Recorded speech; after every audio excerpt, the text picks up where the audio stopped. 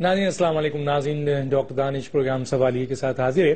ناظرین آج ہماری کچھ گفتگو جو ہے وہ اس طریقے سے ہے کہ دو پاکستان کے اہم ادارے، ایک آرمی اور دوسرا جوڈیشری، اس کے دونوں چیف کا فیصلہ ہو گیا. ایک چیف نے تو ہینڈ اوور کر دیا ہے نئے چیف کو، اور جو آرمی چیف ہیں ان کا فیصلہ ہونے کے بعد اب نوٹیفیکیشن بھی جاری ہو گیا ہے چیف جسٹس آف پاکستان کے لیے کہ آنے والے 12 تاریخ کو ایک نئے چیف اپنا حل لے لیں گے.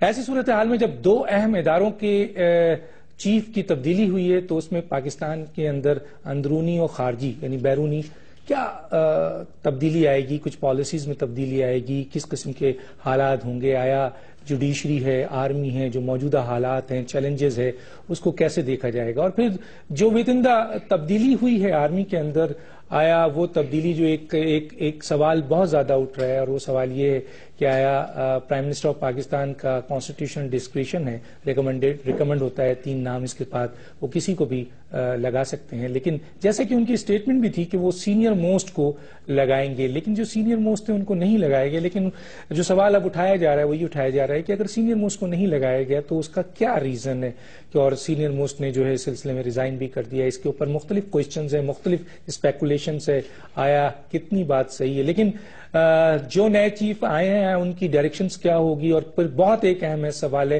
جو پچھلے چیف تھے جنہوں نے یہ کہا تھا کہ میں نے اس ڈیموکریسی کو جو ہے وہ ہم نے اس کو سپورٹ کیا ہے، تو 6 سال انہوں نے اس پوسٹ پہ رہے، 3 سال ان کا رائٹ تھا، 3 سال انہوں نے ایکسٹینشن لی. کچھ لوگوں کا خیال ہے کہ یہ فیصلہ ان کا غلط تھا. اور دوسرا فیصلہ جو این آر او کے حوالے سے تو پرانے چیف کے پاس تھا، آیا وہی این آر او کنٹینیو ہوگا یا نہیں ہوگا، اور نئے چیف اس کو کس طریقے سے لے کے چلیں گے، یہ چیز بھی ہے.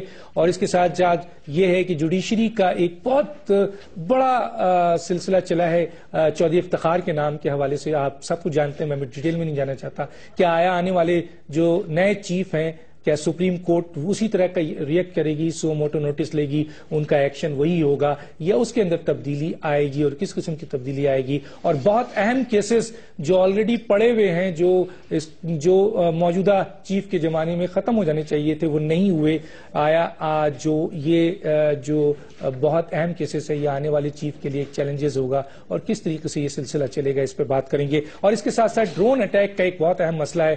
ہماری پوری پاکستان کی جو اس وقت سیاست ہے وہ ڈرون پہ ہے. کہیں نیٹو سپلائی روکا جا رہا ہے، صبح نیٹو سپلائی روکتے ہیں، رات کو نیٹو سپلائی چلی جاتی ہے. یہ بات بھی ہے، اس کو کس طریقے سے ٹیکل کیا جاتا ہے. آپ نیٹو سپلائی روکتے ہیں، ایک ڈرون اور آ کے گرتا ہے. پھر نیٹو سپلائی کے اوپر حکومت اور امریکہ کے درمیان اگر واقعی یہ انڈرسٹینڈنگ ہے کہ یہ ہوگی اور یہ پاکستان کے مفاد میں بھی ہے، امریکہ کے مفاد میں ہے، تو اس کو اقرار کرنا چاہیے، بولنا چاہیے، آنا چاہیے، تاکہ لوگوں کو کنونس ہو، ان کو بتائیں اور اس طرح کی غلط فہمیاں دور ہو. اور پھر تیسری یہی ہے کہ عمران خان صاحب نے بھی ایک پھر اعلان کر دیا ہے کہ ہم اپنے لوگوں کو کہ مہنگائی کے لیے ہم سڑکوں میں. اس سے پہلے بھی عمران خان صاحب نے الیکشن کے حوالے سے جو ہے وہ کئی دھرنوں کا ذکر کیا تھا، عید کے بعد بھی دھرنے تھے، لیکن ان کے سارے دھرنے کے یہ اسٹیٹمنٹ دھرے کے دھرے رہ جاتے ہیں. اور پھر خاص طور پہ جو یہ دھرنا انہوں نے دیا ہے وہ بھی کوشچن مارک ہو گیا ہے، کیونکہ بہت سارے لوگوں کا یہ خیال ہے کہ یہ جو دھرنا دیا جا رہا ہے، چند لوگ کھڑے ہوتے ہیں چند جگہوں پر، نیٹو سپلائی کے بہت سارے راستے ہیں، لیکن جو سب سے بڑا بات ہے وہ یہ ہے، جیسے میں نے پہلے بھی کہا کہ آپ صبح 7 بجے سے لے کے شام 7 بجے تک تکتے رہتے ہیں، محنت کرتے رہتے ہیں، پوری طاقت کے ساتھ کھڑے رہتے ہیں، اور بہت کچھ اس میں ہوا ہے، اس میں میں بعد میں بات کروں گا. لیکن جب آپ چلے جاتے ہیں، رات کا اندھیرا ہوتا ہے، سڑکیں ویران ہوتی ہیں، کوئی نہیں ہوتا ہے، اور پتہ نہیں کتنے سپلائی جو ہے وہ رات کو ہو جاتی ہے، اس کا کیا ہوگا؟ اب کیا یہ بھی ایک کانسپیریسی تھیوری ہے یا نہیں ہے، اس پہ بات کریں گے. ہمارے ساتھ جو گیسٹ ہیں آئیے ان کا تعارف کراتے ہیں. میرے ساتھ ایک کنول دلشاد صاحب، former secretary election commission of Pakistan. اب تو یہ ماشاءاللہ سیاستدان بھی ہو گئے، یعنی سیاسی بڑی زبردست گفتگو ان کی ہوتی ہے، اور بڑی زبردست اسپیکولیشن بھی، اور بڑی راز کی باتیں بھی ان کے پاس ہوتی ہیں. آپ کا بہت شکریہ سر، آپ نے جوائن کیا. میرے ساتھ ہیں جناب ایئر مارشل شاہد لطیف صاحب، ایک بڑے زبردست اینالسٹ ہیں. میں ان کو ڈیفینس اینالسٹ نہیں کہتا ہوں بلکہ ان کو اینالسٹ کہتا ہوں، کیونکہ ہر قسم کے اینالسٹ یہ کرتے ہیں. آپ کا شکریہ سر، آپ نے جوائن کیا. اور جناب آج کے ہمارے روح رواں جناب ڈاکٹر طارق فضل چودھری صاحب، MNA ہیں PMLN کے. میں تو ان کی بڑی تعریف کرتا ہوں کیونکہ سچ بولتے ہیں. آج دیکھتے ہیں کتنا سچ بولتے ہیں. آپ کا شکریہ سر، آپ نے جوائن کیا. سب سے پہلے کنور دلشاد صاحب، آرمی چیف کی تبدیلی ہو گئی. سوال یہ اٹھ رہا ہے کہ آپ نے اسٹیٹمنٹ دیا کہ آرمی چیف سینئر موسٹ آئیں گے. بڑی اسٹیٹمنٹ ہے, میرے پاس اس کی ساری فوٹیجز ہیں, آپ بھی جانتے ہیں, نہیں آئے. آپ نے جونیئر موسٹ فیصلہ کیا, ایک وہی فیصلہ جو پہلے بھی آپ کر چکے ہیں, غلطی ہوئی تھی. آیا یہ صحیح فیصلہ ہوگا یا غلط ہوگا؟ اور پھر ایک جو سوال اٹھ رہا ہے وہ یہ ہے کہ سینئر موسٹ کو آپ نے کیوں نہیں لگایا, کیا ریزن ہے؟ وہ ریزن سامنے نہیں آ رہے ہیں, آنے چاہیے سر, کیا کہتے ہیں؟ جناب ڈاکٹر صاحب, گزارش یہ ہے کہ جس وقت انتخابی کمپین چل رہی تھی اس وقت نواز شریف صاحب نے جب دعویٰ کیا تھا کہ ایک سینئر موسٹ کو ہم لگائیں گے پاکستان کا chief of the army staff, تو ان کو نہیں کہنا چاہیے تھا ایز اے سیاستدان. حالات کے مطابق گراؤنڈ ریئلٹی دیکھنی چاہیے تھی, خاموشی اختیار کرتے. لیکن اس کے برعکس جس وقت نامزد کیا گیا پریزیڈنٹ ممنون حسین کو, تو انہوں نے یہ بیان جاری کیا تھا کہ نہیں, اس سینیرٹی بھی دیکھی جائے گی اور دیگر معاملات بھی دیکھے جائیں گے, تو اس کے بعد ہم فیصلہ کریں گے.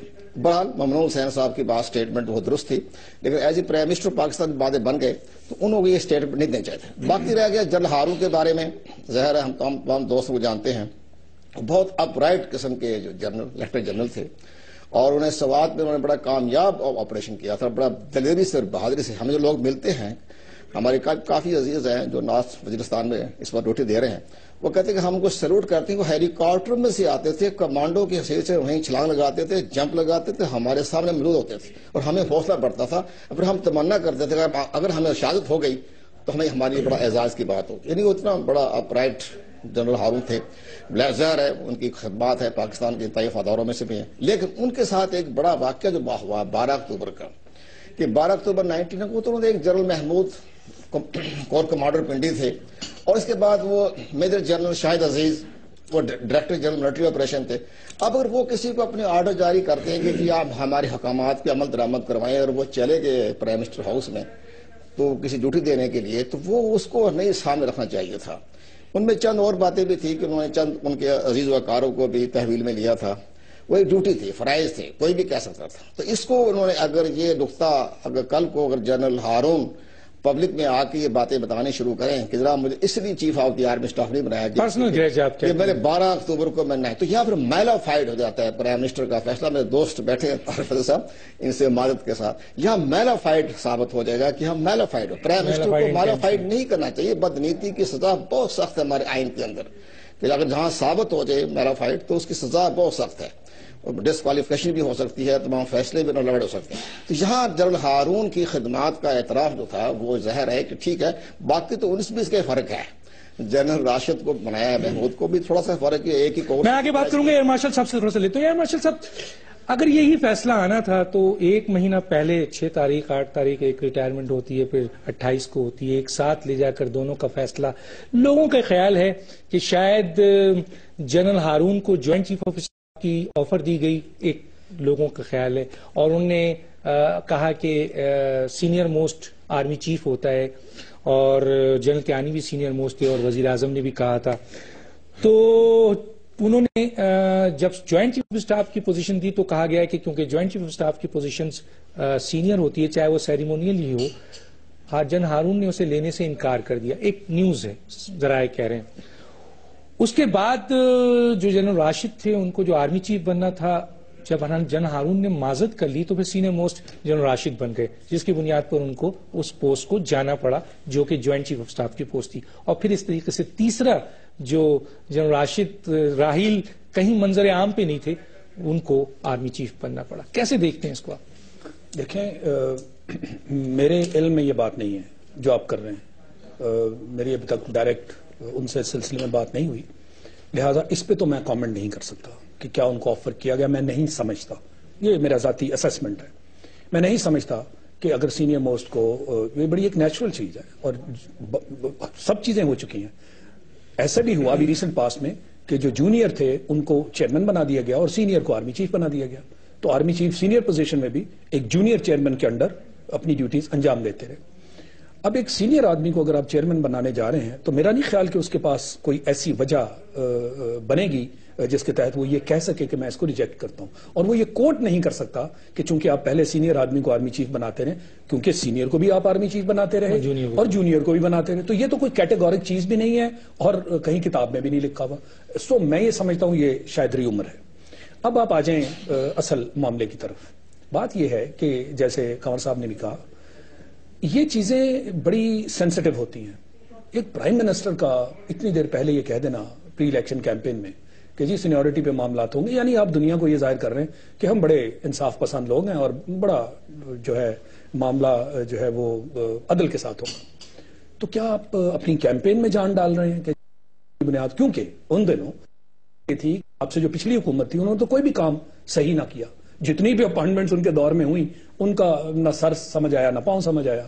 تو شاید آپ یہ ہوا پیدا کرنا چاہ رہے ہیں کہ جناب ہم تو بڑے انصاف پسند لوگ ہیں اور اب یکدم اپائنٹمنٹس آنے والی ہیں، آپ دیکھیں گے کہ ہم عدل اور انصاف کی بنیاد پر، سینیورٹی کی بنیاد پر کریں گے. یہ بات سمجھ آتی ہے. اور اگر آپ نے ایسا نہیں کرنا تھا تو پھر کہنے کی ضرورت نہیں تھی. تو ایک تو آپ نے یہ کہہ کے میرا خیال ہے آپ اپنی خود پوزیشن خراب کر لی. اب آپ آ جائیے ایکچوئل معاملے کی طرف. بات یہ ہے کہ 2 اپائنٹمنٹس تھیں، ایک چیئرمین کی اور ایک آرمی چیف کی. اب ایک شخص جو سینئر موسٹ پوزیشن میں بیٹھا ہے اور آپ خود کہتے ہیں کہ سینئر جو 5 یا نام 3 یا 5 دیے جاتے ہیں وہ سب تقریباً 19-20 ہیں. تو ایک بات تو طے ہے کہ جب آپ 3 اسٹار اپوائنٹمنٹ آپ کی پروموشن ہوتی ہے تو لازمی چیز ہے پچھلا سب کچھ کلیئر ہے تو آپ 3 اسٹار بنتے ہیں. اب 3 اسٹار بننے کے بعد جو تھوڑا سا پیریڈ ہوتا ہے جب تک آپ یہ کمپٹیشن میں ٹاپ اپوائنٹمنٹ کے لیے نہیں آتے تو کوئی ایسی چیز ہونی چاہیے نا کہ جس کی وجہ سے یکدم آپ کو سیٹ بیک ہو گیا. تو اس میں تو آپ کو نظر آتا ہے کہ یہ جنرل ہارون تھے، انہوں نے سوات کا آپریشن لیڈ کیا تھا. سینٹر آف گریوٹی انہوں نے خود پروپوز کیا تھا جو کہ موسٹ ڈیفیکلٹ پارٹ ہے کہ سینٹر آف گریوٹی کو ہٹ کریں، ادروائز وہ جو آپریشن ہے وہ بہت لمبا ہو جائے گا. اور خود انہوں نے لیڈ کیا تھا، leading from the front, riskiest operation. اور پھر وہ اتنا خطرناک آپریشن تھا، بہت سارے دہشت گرد مارے بھی، اپنی بھی کیجویلٹیز ہوئی. یہ عام نالج کی بات ہے. میں کہنا صرف یہ چاہ رہا ہوں، پہلے بات تو یہ ہے کہ اس سے میری بات سے ہرگز یہ تاثر نہیں جانا چاہیے کہ کوئی اپوزیشن ہے to the new appointment holders. Very well respected people, اور آرمی کے اور سروسز کے انٹرسٹ میں ہے کہ جب اپوائنٹمنٹس ہو جاتی ہیں تو ان کی رسپیکٹ بھی ہونی چاہیے اور وہ کمپیٹنٹ تھے، ان کو اپوائنٹمنٹس دی گئی. بات یہ ہو رہی ہے، ہم اب سسٹم کی بات کر رہے ہیں کہ کیا سسٹم جو ماضی میں بھی ایسی چیزیں ہوتی رہیں اور سوالیہ نشان اٹھتے رہے تو کیا سسٹم کو ایسے ہی چلنا چاہیے؟ میں سمجھتا ہوں نہیں. اور یہ بھی ضروری نہیں ہے کہ وزیر اعظم آپ کو ایکسپلین کریں کہ جی یہ وجہ There is no need to reason. نہیں، there is no need to reason. وہ بات یہی آ جاتی ہے نا کہ پھر سوال کیا اٹھتے ہیں. ابھی جیسے انہوں نے سوال اٹھائے کہ کیا آپ اپنا کوئی ذاتی معاملہ اس کے اندر دیکھ رہے ہیں، جو کہ بات غلط ہے.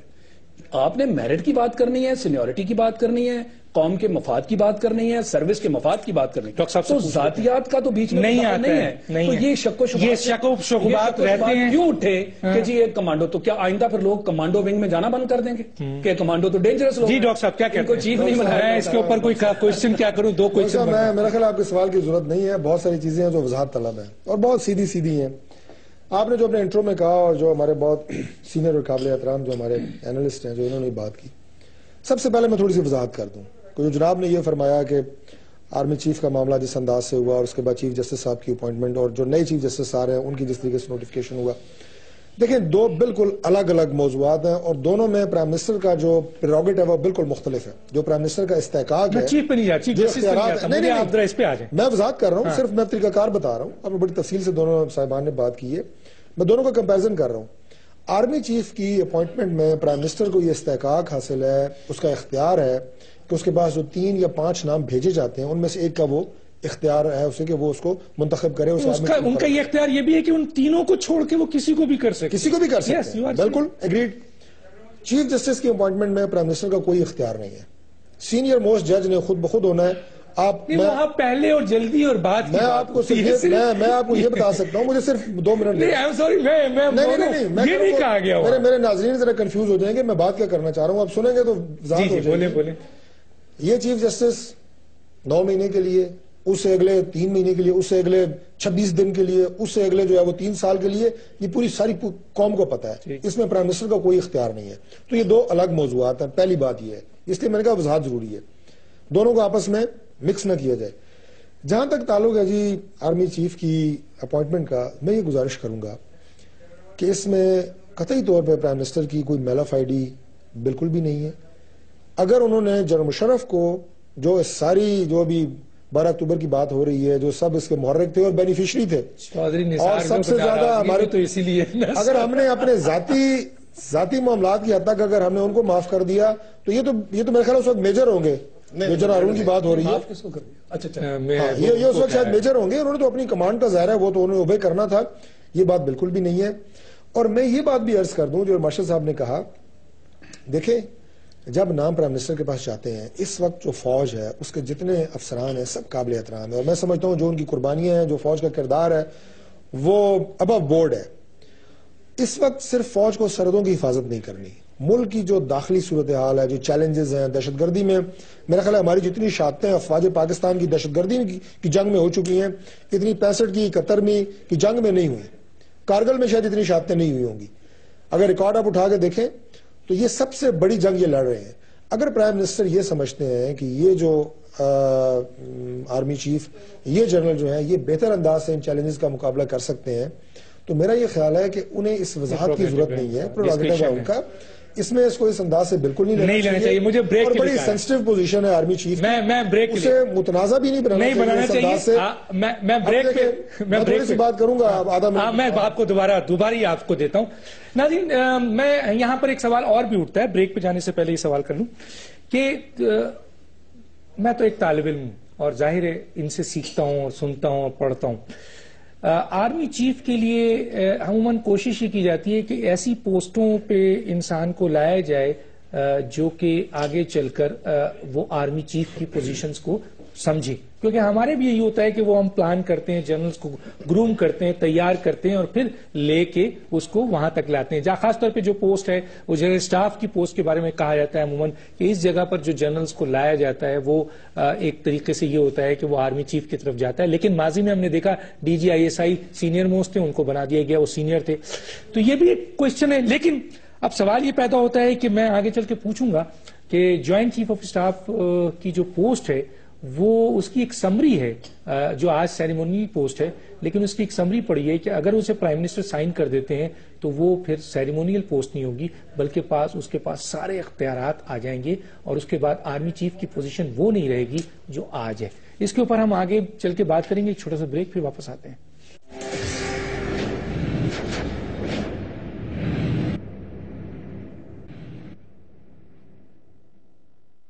ویلکم بیک ناظرین. میں اگر آپ کہتے ہیں تو آپ سے سٹارٹ کروں یا میں کنور صاحب کی طرف آ جاؤں؟ میں صرف ایک لاسٹ کمنٹ کرنا چاہ رہا تھا کیونکہ آپ نے صرف ڈیلے کا بتائیں مجھے، صرف ڈیلے کا. نہیں، ڈیلے تو کوئی بھی نہیں ہے. میں نہیں سمجھتا کہ ایک سیکنڈ کے لیے بھی دونوں پوسٹوں کو بالکل آخری میں لے جا کر آپ نے اناؤنس کیا، اس پر لوگوں نے سوال کیا. بات یہ ہے کہ کوئی اگر بیچ میں ہو نا کوئی ویکیوم رہا ہو کہ آرمی چیف ریٹائر ہو گئے اور دوسرے کا انتخاب نہیں ہوا تو پھر آپ سوال اٹھا سکتے ہیں. ان کی ریٹائرمنٹ سے پہلے اگر یہ میرا خیال اعلان ہو گیا، لیکن میں صرف ایک آخری کمنٹ کرنا چاہ رہا ہوں، then you can proceed، کہ جب آپ کے ساتھ 3-4 یا جیسے میں نے کہا کہ پرائم منسٹر کا پروگیٹو ہوتا ہے، ان کے سامنے 3-4 نام چاہتے ہیں، کسی ایک کا انتخاب دوسروں کے اوپر عدم اعتماد نہیں ہوتا. اس کو اس انداز سے نہیں لینا چاہیے کہ ایک کا انتخاب ہو گیا ہے، دوسرے خدا نہ خواستہ نااہل ہیں، کمزور ہیں یا کسی وجہ سے نہیں. لیکن ڈاکٹر صاحب میں آپ سے اگر یہ پوچھوں کہ جناب کے ماشاءاللہ اگر 3 بچے ہیں، کون آپ کو زیادہ اچھا لگتا ہے، مشکل ہو جائے گا جواب دینا. ریزن دوں گا تو اگر یہ بچہ میرے ساتھ زیادہ رہتا ہے، اچھا لگتا ہے، وہ بچہ دور رہتا ہے، لیکن سب اچھے لگتے ہیں، مشکل ہوتا ہے. تو ایک کا انتخاب دوسروں کے اعتماد نہیں ہوتا. یہ بات آپ نے کر دی. میں سر آتا ہوں آپ سے. ایک جو سوال تھا وہ یہ تھا کہ جی کیا کل اگر فرض کیجئے جوائنٹ چیف آف اسٹاف کی جو سیریمونیل پوسٹ ہے، جس کے بارے میں میں نے کہا کہ ایک بہت اہم ذرائع سے ہمارے پاس نیوز ہے کہ اس کی سمری موجود ہے، اگر وہ سائن پرائم منسٹر کر دیتے ہیں تو پھر جو جوائنٹ چیف آف اسٹاف کی جو پوزیشن ہے وہ بہت اسٹرانگ ہو جائے گی، کیونکہ ان کے پاس فائنینشیل پاور بھی ہو جائے گا، ٹرانسفر پوسٹنگ بھی جائے گی، ساری انٹر سروسز وہ اس کے کنٹرول میں آ جائے گا. پھر آرمی چیف کی پوسٹ جو ہے وہ سیریمونیل ہو جائے گی. تو اگر ایسا ہوا تو ایک جو جنرل کانسیپٹ تھا کہ جی موجودہ حکومت جو ہے وہ جنرل راشد صاحب کو لانا چاہتی تھی، اور جیسے میں نے کہا کہ ایک ذرائع نے کہا کہ سینئر موسٹ کے جانے کے بعد وہ ایک دم اس پوسٹ کی طرف آ گئے، تو پھر کیا ہوگا؟ ڈاکٹر صاحب پہلے اہم بات یہ کہتا ہوں، جیسے بتایا نا ڈاکٹر طارق صاحب نے کہ ٹھیک ہے اپائنٹمنٹ ہو گئی، اچھی بات ہے، دونوں جو ہے اچھی شخصیات ہیں، لیکن اب مجھے حیران کہ پہلے میں آپ کا سوال ایک منٹ پہلے اس کا جواب دے دیتا ہوں. اب یہ جنرل ہارون اسلم کے خلاف جو ہے ایک خاص مخصوص لابی ہے، مخصوص اخبارات میں یہ کردار کشی کر رہے ہیں کہ جو وہ لابنگ کر رہے تھے، وہ سفارشیں کروا رہے تھے. تو یہ چیز نہیں ہونی چاہیے. وہ ایسی شخصیت نہیں ہے کہ وہ سفارشیں کروائے. میں جانتا ہوں ہمارے فیملی ممبر ہیں، تقریباً 15 سال سے ہمارے تعلقات ہیں. ایک بات چلیں ختم بات ہوگی. اب آئیے آپ چیف آف کی جو آپ بتا رہے سمری بھیجیے. یہ سمری یہ ایک نئی نہیں ہے. یہ مجھے جنرل احسان الحق جب تھے اس کے، ان کے زمانے میں بھی یہ موو ہوئی تھی. ان کی بھی یہ خواہش تو نہیں تھی، لیکن ان کے زمانے میں بھی ہوتا. ان کے پاس جو امریکن یا برٹش جو جرنیل آتے تھے تو وہ کہتے تھے آپ کے پاس اختیار ہی کوئی نہیں ہے، آپ تو بس سلوٹ لیں 23 مارچ کو یا 14 اگست کو، اس کے بعد تو کام ہی کوئی نہیں ہے. تو وہاں بھی ان کو زمانے میں بھی یہ جنرل پرویز مشرف کے زمانے میں بھی یہ کوششیں جاری ہوئی تھی. سمری بھی گئی تھی لیکن بعد میں وہ طے نہیں ہوئی. تو غالباً یہ اسی سمری کا حصہ ہو سکتا ہے جو جنرل احسان چھوڑ جو آلریڈی پہلے سے تھی. جی ہاں، یہ ہو سکتا ہے. اگر سائن ہو جائے سر ہو جاتے ہیں تو ظاہر ہے کہ اس میں پھر ہم امریکن جو ہے سسٹم کے تحت ہمیں چلنا پڑے گا، کیونکہ امریکن کا پوری پاور جو ہے وہ جوائنٹ چیف آف کمیٹی کے چیئرمین کے پاس ہوتی ہے. لیکن اگر ہو گیا تو ہماری فوج کے اندر ایسا نہ ہو کہ chief of the army staff اس کو بھی محسوس نہ کریں کہ میرے اختیارات کم ہو گئے ہیں یا میرے فوج کے اندر اختیارات تو کم ہوں گے. ہاں، تو اگر وہ سمری سائن ہوتی ہے آرمی چیف کی پوزیشن تو پھر سر امپورٹنٹ نہیں رہتی ہے. امپورٹنٹ تو پھر جوائنٹ چیف. تو ایسے نہ ہو جیسے کئی لوگوں نے بل آیا اور ہمارے کور کمانڈروں نے اس پر ڈس ایگری کیا تو بعد میں گورنمنٹ نے واپس لینا پڑا. تو ممکن ایسی صورت نہ پیدا ہو جائے کہ ہمارے کور کمانڈر جو ہے اس پر اعتراض کر بیٹھے. یہ بھی ایک ممکنات میں سے ہے. تو گورنمنٹ کو دیکھنا پڑے گا. ایک اور بہت سے اہم سوال کرتا ہوں چلوں، کیونکہ وہ بھی اس ایشو کا حصہ ہے کہ چیف جسٹس کا فیصلہ ایک تو انہوں نے بہت جلدی کر دیا، اور پھر جب ان کو بلایا گیا یہ سوال لوگ اٹھا رہے ہیں. تو اب جو ہم بنائے گئے ہیں دو، ایک لا منسٹر اور ایک ڈیفنس منسٹر، لوگوں کا خیال ہے کہ پرائم منسٹر نے یہ defence minister law minister for supreme court بنایا ہے. یہ جو ایک کہا جاتا ہے کہ ڈیفنس منسٹر ہیں یا یہ لا منسٹر فار گورنمنٹ ہے، یہ ایسا نہیں. وہ تو درست ہے کہ ٹھیک ہے خواجہ آصف صاحب کو اس لیے بنانا پڑا ہے سپریم کورٹ میں پیش ہو کے اپنا گورنمنٹ کا موقف پیش کریں. ظاہر ہے وہ تو ٹھیک ہو گیا. پرویز رشید صاحب کو بنا دیا لا منسٹر، انہوں نے تو لا ہی نہیں کیا. وہ تو میرے ساتھ یونیورسٹی میں پڑھتے تھے. یہ سوال بہت امپورٹنٹ ہے، پوچھیں گے ہم ڈاکٹر. کوئی بات چلو کر لیں. ایک اور بڑی اہم بات بتاتا ہوں جو آپ بتاتے ہیں چیف جسٹس پاکستان کے بارے میں. یہ ایک پرانی روایت رہی ہے. جسٹس ناظم صدیقی صاحب جو تھے چیف جسٹس پاکستان، تو انہوں نے ایک سپریم کورٹ میں 3 رکنی 5 رکنی ایک بینچ بنایا جس میں انہوں نے یہ کہا کہ بھی چیف جسٹس آف پاکستان کے 2 سال جو ہے ایکسٹینڈ کیا جائے. یعنی وہ 65 میں ریٹائرمنٹ ہونے کی بجائے 67 ہونا چاہیے. یہ بہت بڑی کیس چلا. 3 اس کے بعد 5 رکنی کمیٹی بنی، پھر 5 رکنی بینچ بنا، پھر 7 رکنی بینچ بنا جس میں کہ چیف جسٹس افتخار صاحب ایز اے صدر موج جج وہ بھی شامل تھے. ہمارے جسٹس جیلانی صاحب بھی تھے، جسٹس ڈوگر صاحب بھی تھے، اس میں 4-5 جسٹس منیر شیخ بھی تھے. سارے اس کے اندر اس میں تھے باقاعدہ ایک بینچ کے اندر. اس پر 3-4 اس پر ہیئرنگ ہوئی تو بڑی مزاحمت ہوئی. ہمارے چیف جسٹس کے صاحب کے ساتھ لوگوں نے اختلافات بھی کیا، بعض موجود حضرات نے. اس چیز کو جب بہت بحث چل رہی تھی اس کیس کے بارے میں، تو پھر بعد میں اچانک صدر مملکت جو تھے انہوں نے جسٹس افتخار احمد چودھری کر دیا نامزد. یہ تو 15 دن پہلے ہو گئے نا. وہ 3 مہینے پہلے جسٹس ناظم صدیقی کے زمانے میں جسٹس افتخار صاحب. لیکن سر یہ فیصلوں پہ اثر انداز نہیں ہوتے، بڑے اہم کیسز ابھی پڑے ہوئے ہیں، پھر لوگ کیا چودھری افتخار صاحب کو فیصلہ ہو جاتا ہے. فیصلے میں تو ایک دم ظاہر ہے کہ ان کی کمانڈ کمزور ہو جاتی ہے نا. اگر آپ chief of the army staff کو اگر 6 ماہ پہلے لگا دیں گے تو اس کی تو ختم ہو جاتی ہے. جیسے کہ جنرل اسلم بیگ جب ریٹائرمنٹ سے پہلے جسٹس لگا دیا تھا 2 مہینے پہلے اپوائنٹمنٹ کر دی گئی تھی chief of the army staff کا. اسی طرح اس کے بعد بھی اثر پڑے گا کہ چیف جسٹس پاکستان کے اختیارات جو ہیں، آج تو خیر 30 تاریخ ہو گئی ہے، ان کے دن رہ گئے 10 دن. بہت اہم کیسز بھی سر پڑے. اور آپ وہ سارے کیسز کے بارے میں ظاہر ہے کوشش تو کریں گے جلدی سننے کی. میں آتا ہوں ایئر مارشل صاحب، جو بھی کہنا چاہیں اس کے اوپر آپ ضرور بولیے. لیکن میں اس وقت اس کو بھی دیکھ رہا ہوں کہ جی ایک دم انہوں نے فیصلہ کر دیا اور چیف جسٹس صاحب کی نوٹیفیکیشنز جو ہے وہ نکال دی، اور خاص طور پہ لوگوں کا خیال ہے کہ جب مسنگ پرسن کے حیثیت سے انہوں نے پرائم منسٹر کو یعنی ڈیفنس منسٹر جو تھا ان کو جب مدعو کیا تو یہ ایک گورنمنٹ کا جو پروگیٹو تھا، اختیار تھا، اس کو استعمال کیا. اس سے یہ کیا تو ہے لیکن جو اہم کیسز رہ گئے ہیں اور چیف جسٹس نے 11 تک جا کر اس کو دینا تھا، ان کیسز کے اوپر کیا ان کے اثرات پڑیں گے، اور کیا جو اس ڈیوریشنز میں ان کی جتنی بھی اہم کیسز ہیں ان کے اوپر ان کی گرفت لوز ہوگی؟ کیا کہیں گے آپ؟ نہیں دیکھیں ڈاکٹر صاحب، بات یہ ہے کہ ہمیں اپنے سسٹم کو ٹھیک کرنے کی بہت زیادہ ضرورت ہے. اگر ہم یہ ڈے ٹو ڈے بیسس پہ سوچیں گے کہ جی آج چونکہ سپریم کورٹ نے ڈیفنس منسٹر کو بلا لیا ہے تو فوری طور پہ ایک بندے کو ایڈیشنل رسپانسبلٹی دے دیں تاکہ یہ ایک ٹک مارکنگ ہو جائے ایک ایکسرسائز کی. کیا یہ پرپس ہے اس ملک میں اپوائنٹمنٹس کے بارے میں؟ کیا یہ کانسیپٹ ہے؟ بات یہ ہے کہ اس ملک میں ذرا معاملات دیکھیے آپ، defence related, foreign policy related گمبھیر معاملات ہیں، اور سارے کے سارے سوالات اس وقت جو آپ کی ڈائریکشن صحیح نہیں ہو رہی انہی دو جگہوں کے ہیں. آپ کی فارن پالیسی میں بڑے ایشوز ہیں. انڈیا کو دیکھیے آپ کے ساتھ کیا معاملات چل رہے ہیں. وہ کہہ رہے ہیں جی کہ اب ہم ایل او سی پہ دیوار بنانے جا رہے ہیں جو کہ برلن وال سے بڑی ہوگی.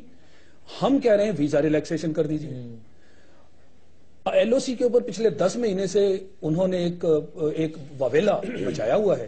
ہم کہہ رہے ہیں جی کہ ٹریڈ کنسیشن کر دیجیے. آپ کہتے ہیں کہ دہشت گردی یہاں سے نکل رہی ہے. وہ تو ایک قصہ ہے، ایک لمبا قصہ ہے نا. میں اسی اور آپ کہہ رہے ہیں کہ تجارت راہداری، مطلب آپ ان کی ڈاکومنٹس پڑھیے، اتنے خوفناک معاملات ہیں. ہم میں سے کسی بھی لیول پہ فارن پالیسی جو بنانے والے ہیں انہوں نے دنیا کو کیا باور کرایا؟ ہو کلڈ کرکرے، ذرا وہ کتاب پڑھ لیجئے، اور اس میں کیا انکشافات ہیں اجمل صاحب کے بارے میں، اور پھر اس میں کیا انکشافات ہیں جو دہشت گردی وہاں پہ کرائی گئی. اس میں کیا ایڈمیشن ہے، کیا کنفیشنز ہیں.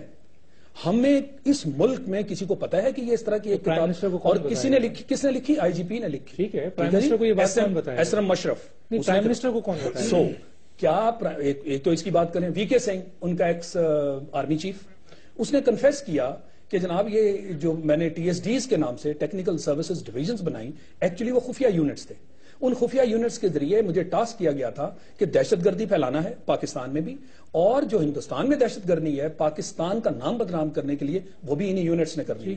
لیٹسٹ یہ ہے کہ کنڑ اور نورستان میں یہی یونٹس آپریٹ کر رہے ہیں. بلوچستان سے آپ کے لوگوں کو اٹھایا جاتا ہے اور وہاں ان کو ٹریننگ دی جاتی ہے اور واپس بلوچستان لایا جاتا ہے. یہ کوئی چھوٹا آفینس ہے؟ پھر ان کے آپ دیکھیے وہ ستیش ورما جس نے ایپیکس کورٹ میں لے جا کے ایفیڈیوٹ سبمٹ کر دیا اور کہا کہ سمجھوتا ایکسپریس اور یہ جو آپ کا پارلیمنٹ کا اٹیک ہے، بامبے کا اٹیک ہے، یہ تو کیا ہی نہیں. اور وہ انٹیلیجنس کے لوگ ہیں اور بڑے ذمہ دار ہیں. کمزوری کا میرا مسئلہ یہ ہے، کمزوری یہ آ گئی نا جی، کہ اگر آپ کی فارن پالیسی ٹیم ایکٹیو ہو اور یہ ان کو پک کرے، یہ کریڈیبل چیزیں ہیں، یہ کوئی ہیر سے نہیں. سر ایک ایڈوائزر تو خارجہ ہے، نہیں ایڈوائزر اس کو سر انٹیریئر منسٹر کے بیانات کو میں ریکویسٹ یہ کرنا چاہ رہا ہوں. پرائم منسٹر جو ہے وہ دونوں کے پوائنٹ آف ویو کو آئیدر کون صحیح کہہ رہا ہے کون نہیں کر رہا ہے وہ نہیں کر رہے ہیں. سو ڈاکٹر صاحب میں آپ سے ریکویسٹ یہ کرنا چاہ رہا ہوں، جس طرح جو آپ نے بات کی، I'm sorry میں اس کا شاید ڈائریکٹ جواب نہیں دے رہا، مگر میری بات میں اس کا جواب ہے کہ آپ ڈے ٹو ڈے بیسس پہ اتنی بڑی بڑی چیزوں کو ڈیل کر رہے ہیں کہ ڈیفنس منسٹر تو نہیں ہے مگر سپریم کورٹ کے لیے چند دن کے لیے ایک ڈیفنس منسٹر کو ٹک مارک کر دیا جائے. فارن منسٹر نہیں ہے. انڈیا آپ کے اوپر ایک الہار اس نے کی ہوئی ہے فارن جو ہے ایریا میں، فارن پالیسی کے ایریا میں.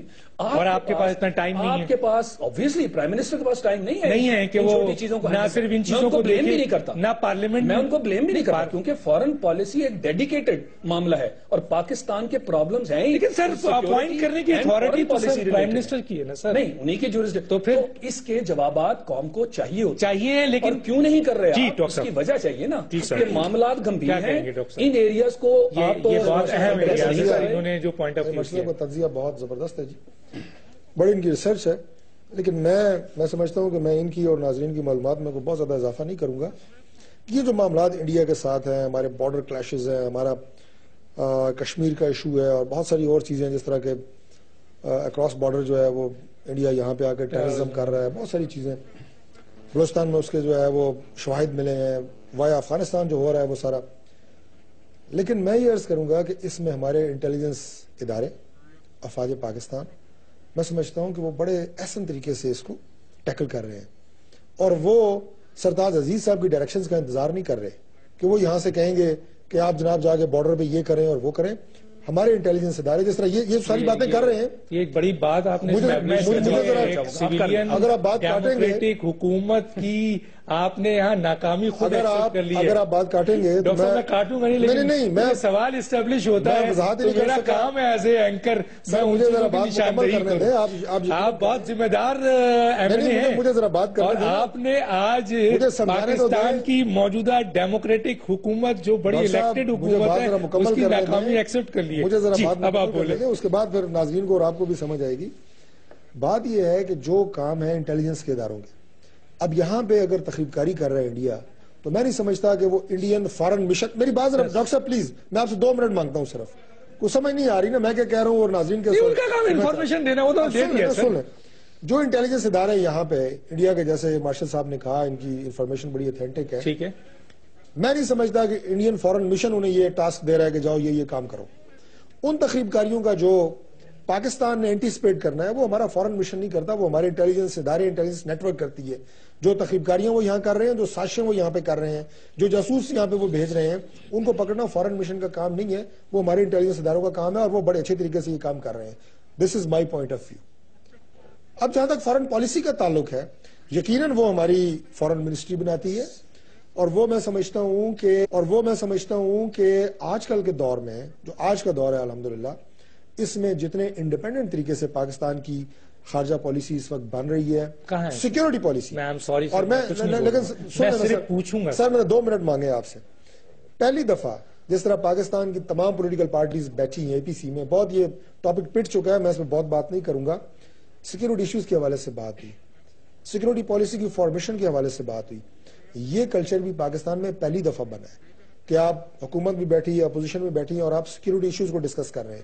اور آپ اپوزیشن کی میگنینیمٹی دیکھیں کہ انہوں نے اپنے تمام اختلافات کو بلا کے یہ کہا کہ ان اہم قومی ایشوز کے اوپر ہم حکومت کے ساتھ ہیں. عمران خان کا ٹکر چل رہا ہے, آپ کو پتا ہے انہوں نے کیا کہا ہے؟ انہوں نے کہا ہے کہ جی اے پی سی کے اندر جو ڈیسیجنز ہوئے تھے وار اینڈ ٹیرر کے حوالے سے, حکومت اس پر عمل درآمد کیوں نہیں کر رہی؟ اتنا بڑا اپوزیشن. دیکھیں ڈاکٹر صاحب, جو اس کے بعد ایپیسوڈز ہوئے ہیں, جو اس کے بعد واقعات پہ در پہ ہوئے ہیں, جو قیمتی انسانی جانوں کا نقصان ہوا ہے, افواج پاکستان کے میجر جنرل سمیت بہت سارے افسران اس کے بعد جن کی شہادتیں ہوئی ہیں, یہ سارے وہ واقعات ہیں جو اے پی سی میں اس وقت آپ اندازہ نہیں لگا رہے تھے کہ یہ ریسپانس ادھر سے آئے گا. عمران خان صاحب کے جو سٹیٹمنٹس ہیں قابل احترام ہیں, انہوں نے سروائیو تو کرنا ہے نا, زندہ رہنا ہے, انہوں نے اپوزیشن میں ظاہر ہے, وہ یہ بیان نہیں دیں گے تو کیسے سروائیو کریں گے, یہ ان کی مجبوری ہے. لیکن بہرحال میں سمجھتا ہوں کہ حکومت میں آپ کو بڑی سنجیدگی سے, بڑی پلاننگ سے اور بڑے طریقے سے چلنا پڑتا ہے.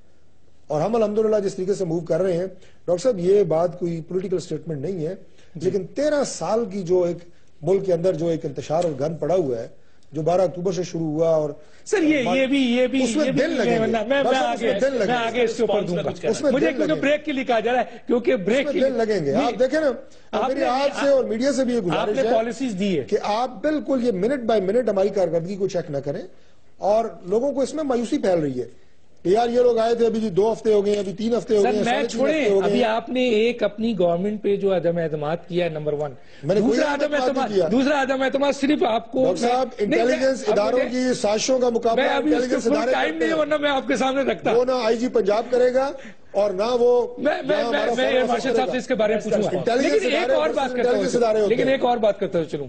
دیکھیں فورن پالیسی کا تعلق جو ہوتا ہے وہ خارجہ سے ہوتا ہے, اور آپ کے خارجہ کے اہم مشیر پرائم منسٹر کے جب انہوں نے اسٹیٹمنٹ دیا کہ اب ڈرون نہیں ہوگا, اور اس کے بعد ڈرون ہوا بڑے خوبصورتی سے, تو آپ کے انٹیریئر منسٹر, آپ کے ایک بہت اہم لیڈر چودھری نثار نے کہا کہ یہ کس طرح سے انہوں نے یہ فیصلہ کر لیا کہ امریکہ کی بات کو, تو کہنے کا مطلب ہے عدم اعتماد تو آپ کے اپنے منسٹر, اپنے اہم منسٹر جو کہ پالیسی دیتا ہے اس پر کر رہے ہیں. میں آگے چل کے بات کروں گا. ناظرین ایک چھوٹا سا بریک لیتے ہیں, پھر واپس آتے ہیں.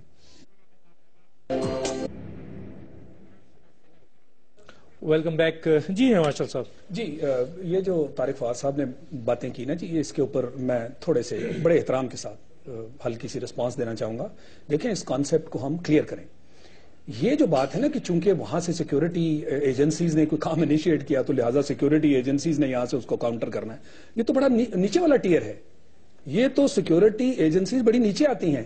سٹارٹ آپ کہاں سے کرتے ہیں؟ سٹارٹ آپ کرتے ہیں ایویلیویشن آف نیشنل پاور, اس کے کنسٹیچوئنٹس ہیں کہ آپ کی اکانومی کیسی ہے, آپ کی ڈیموگرافی کیسی ہے, آپ کی ملٹری فورسز کیسی ہیں, آپ کی باقی جو بھی نیشنل پاور کے کنسٹیچوئنٹس ہیں ان کی بیس پہ پھر آپ اپنی ایک نیشنل پالیسی بناتے ہیں. یہ نہیں ہو سکتا کہ آپ Pakistan third world developing country ہوں اور آپ اپنی نیشنل پالیسی امریکہ کی بنا دیں. یہ تو بات سمجھ آتی ہے نا آپ کو. جو آپ کا نیشنل پوٹینشل ہے اس کے مطابق آپ کی نیشنل پالیسی بنے گی. وہ بنے گی تو پھر آپ کا نیشنل انٹرسٹ ڈیفائن ہوگا. اس کے بعد یہ اب نیچے سپریڈ ہوگی. اس میں پھر آپ سب سے پہلے نیشنل پالیسی بنائیں گے, اس کے بعد آپ اپنی جیسے فائنینس اکنامک پالیسی بنائیں گے, پھر آپ اپنی سیکورٹی پالیسی بنائیں گے. یہ جو بات ہم نے کی, یہ سیکورٹی پالیسی جب آپ کو ڈیفائن کر دی جاتی ہے, اس کے نیچے پھر آپ کی ملٹری اسٹریٹجی بنتی ہے, پھر آپ کی لینڈ اسٹریٹجی, ایئر اسٹریٹجی, نیول اسٹریٹجی. جس چیز کی ہم یہاں بات کر رہے ہیں, فار ایگزامپل یہ جن ایجنسیز کی آپ بات کر رہے ہیں, وہ تو آپ کی سیکورٹی میں آتی ہیں نا. ان کو اوپر سے کہا جائے گا کہ یہ ہماری فارن پالیسی ہے, ہمیں اس ملک کے ساتھ ایسے ریلیشنز رکھنے ہیں, اور اگر اس کے اندر آپ نے کچھ کروانا ہے تو پھر آپ ان کو اوپر سے ڈیفائن کریں گے. یہ سیکورٹی ایجنسیز آپ کی انڈیپینڈنٹ نہیں ہوا کرتی, یہ they are very much under the foreign policy and the national. And definitely جب تک پالیسی نہیں بنے گی تو کیسے وہ کام کریں گے؟ جیسے ابھی ہم کیا کہتے ہیں, وہ یہ نہیں ہے کہ یہ انڈرسٹوڈ ہے کہ انہوں نے یہ کام کرنا ہے. نہیں, وہ خود تو کر ہی نہیں سکتے. اچھا فار ایگزامپل آپ اس کو دیکھ لیں, میں ریلیٹ کر دیتا ہوں ایک پریکٹیکل ایکسپیرینس کے ساتھ. جب ایل او سی کے معاملے ہوئے تو کیا ہوا, ایل او سی کا ایک بندہ بھی ہیڈ ہوا, اور جناب آرمی چیف اور ایئر چیف آ گئے ایک بندے کی بھی ہیڈنگ پہ, اور انہوں نے پوری دنیا میں ڈنڈورا پیٹ دیا تاکہ پاکستان کو بدنام کیا جائے. اس کے بعد ان کے پرائم منسٹر آئے, انہوں نے سپورٹ کیا اس ڈنڈورے کو, انہوں نے کہا جی یہ پاکستان نے کیا ہے اور ہم سبق سکھائیں گے آپ کو.